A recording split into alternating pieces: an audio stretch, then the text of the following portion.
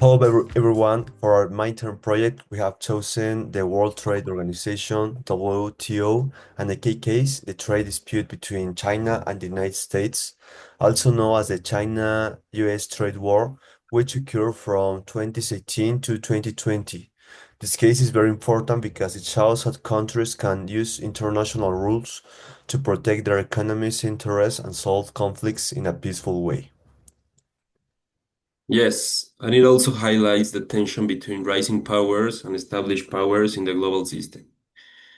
China's approach to defending its interests, though the WTO, demonstrates how multilateral institutions can shape the strategies of major countries. Today, we will explain the WTO presents the details of the trade dispute and analyze its impact on international relations.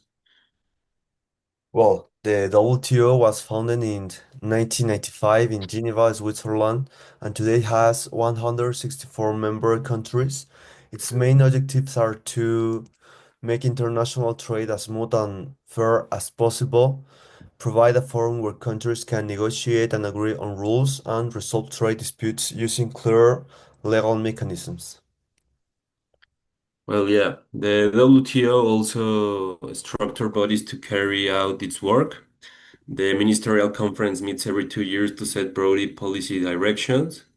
The General Council oversees daily operations, and the Dispute Settlement Body (DSB) ensures that trade conflicts are resolved based on agreed rules.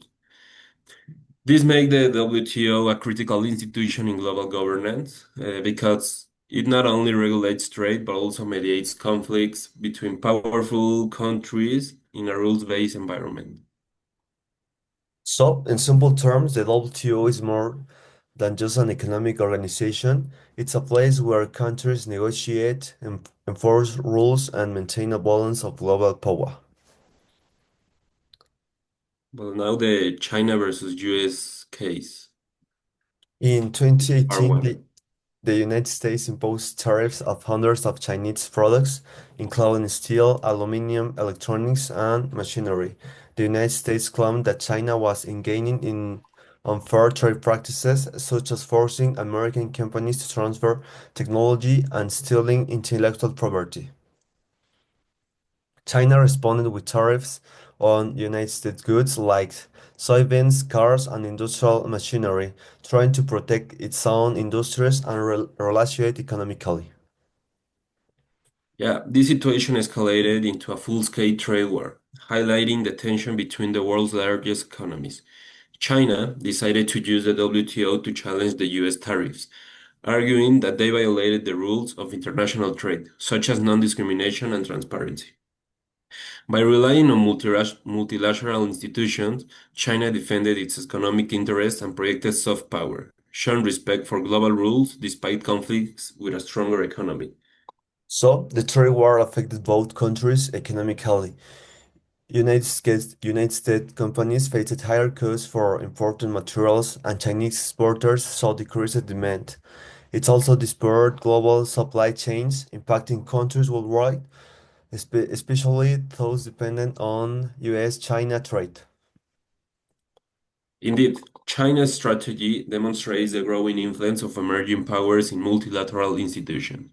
Using legal and institutional channels instead of unilateral retaliation allowed China to protect its economy while strengthening its global image. Well, now we're going to talk like about the part two, that it's about negotiations at the phase one agreement. After multiple rounds of negotiation, both countries signed the Phase 1 agreement in January 2020. China agreed to increase purchases of United States agricultural products, manufacturing goods, and energy commodities, and improve transparency in trade practices and regulations. However, the agreement did not resolve all issues. Structural problems such as technology transfer requirements and tariff disputes remain open. This illustrates the complexity of global trade disputes, especially between major economies. The Phase 1 agreement also shows how multilateral institutions like the WTO can facilitate negotiations, even when countries have conflicting strategic and economic interests. In short, the agreement reduced tensions, avoided further escalation, and created a temporary framework for economic stability. So, what does this dispute tell us about global politics and international relations? Well, first, it highlights power dynamics within multilateral institutions. China, as an emerging economic power, demonstrates that countries can defend their interest using rules-based systems. This challenges the dominance of historical powerful nations and indicates a shift in the global economic hierarchy. At the same time, the United States initially acted unilaterally, imposing tariffs without waiting for WTO processes. This created tension with the rules of the global trade and uncertainty for other countries depend on these markets. Yeah, it also emphasizes the importance of global supply chains and economic interdependence. Conflicts between major economies affect countries worldwide. Moreover, China's reliance on WTO mechanisms illustrates a soft power strategy projecting legitimacy and stability while avoiding direct confrontation. This shows that countries can defend their interests using negotiation and diplomacy, producing rights for everyone. Finally, the dispute illustrates South-North dynamics. Emerging economies observe China's strategy as a model for defending national interests within global institutions. Strategic use of international mechanisms can increase legitimacy and influence in global affairs.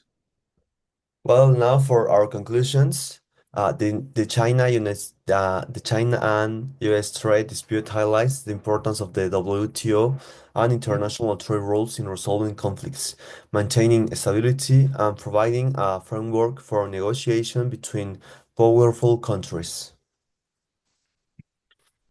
It also demonstrates the rise of emerging powers like China, which use rule-based systems to assert influence. At the same time, it shows the risk when unilateral actions disrupt international trade.